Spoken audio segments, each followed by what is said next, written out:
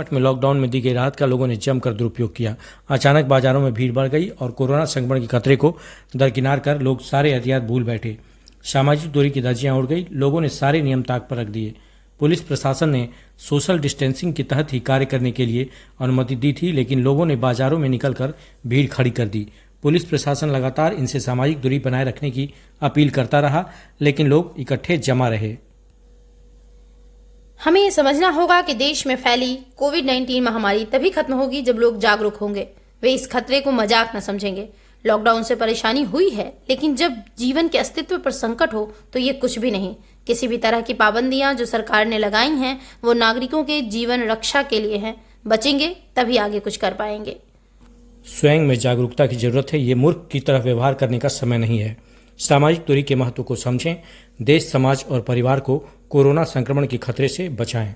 जोशीमठ से नवीन भंडारी की रिपोर्ट। लोगों ने ये मान लिया कि हमें थोड़ी सी छूट जो दी गई है, छूट को लोगों ने पूरी तरह से कोरोना से अपने आप को छूट में शामिल कर लिया है। और अभी हम देख रहे हैं कि बाजारों में लोग बिल्कुल एक से एक सट के कोई जो सामाजिक दूरी का जो नियम था वो सोशल डिस्टेंसिंग का कहीं फॉर्मूला यूज़ नहीं हो रहा और शासन प्रशासन इसको कड़ाई से पालन नहीं करवा पा रहा है। जोशीमठ की मैं बात करूँ तो ये देखिए आप बैंक में जो लाइनें लगी हुई हैं, बैंक प्रशासन और इन लोगों को इस चीज़ में सख्ताई बरतनी चाहिए।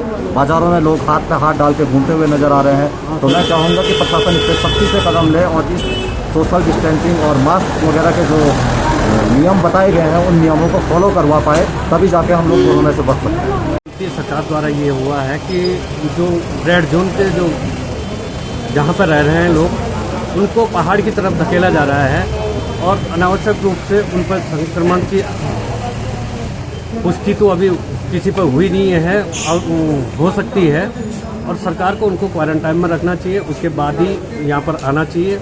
और जो यहाँ के स्थानीय व्यापारी बंधु हैं वो विगत 50 दिनों से क्वारंटाइन में ऑलरेडी है, और सरकार उन दुकानदारों को, उन व्यवसायों को ये कहकर मना कर रही है कि उनसे सोशल डिस्टेंस खत्म हो जाएगी, जबकि सोशल डिस्टेंस का मेन खतरा जो कल जो सुनने में आया 1300 कुछ आदमी पहाड़ में आए हैं, तो उनसे खतरा बढ़ने की ज़्यादा संभावना है कि ना कि यहाँ के व्यापारियों से खतरा बढ़ने की संभावना है। जितने भी लोग हैं जो उत्तराखंड में रह रहे हैं और तहसील जोशीमठ के अंतर्गत फंसे हुए हैं, उन सभी लोगों को उनको घर जाने के लिए पास दिया जा रहा है, अनुमति दी जा रही है।